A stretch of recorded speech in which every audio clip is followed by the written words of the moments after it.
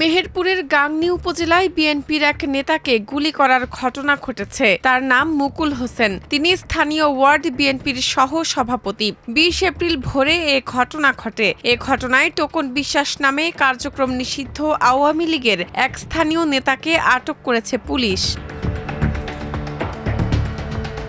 প্রত্যক্ষদর্শী ও স্থানীয় বাসিন্দারা জানিয়েছেন, ২০ এপ্রিল ফজরের নামাজের শেষে মুসল্লিরা বাড়ি ফিরছিলেন, তখন এ হামলার ঘটনা ঘটে। 5:30টার সময় একজন ছেলে মসজিদ ঘরে নামাজ পড়ার পরে আমাকে যাই বলছে যে খালু মুকুলকে বোম মেরিয়েছে। আমি ঝটফট করে উঠি, বেরিয়ে আসার পরে শুনলাম যে না, গুলি মেরিয়েছে। দৌড় মারছে, মানে বুঝা যাচ্ছে দৌড় মারছে।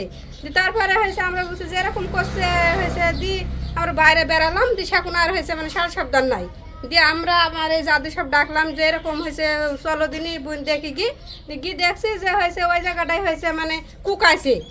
কুকাইতে হয়েছে আমরা বুঝছি যে তাহলে খাইদের মধ্যে মনে হয় পড়ে গেছে বোন, কুকাইছে যখন তাহলে হয়তো কিছু হয়েছে। ওই বিএনপি নেতার ছেলে জানিয়েছেন, তার বাবার অবস্থা আশঙ্কাজনক হওয়ায় কুষ্টিয়া থেকে ঢাকা মেডিকেল কলেজ হাসপাতালে পাঠানো হয়েছে।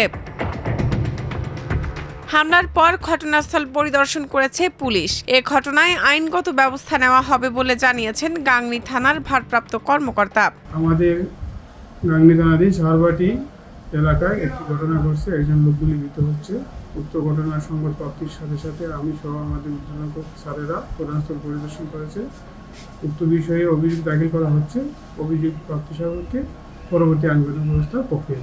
ঘটনার পর থেকে এলাকায় আতঙ্ক বিরাজ করছে।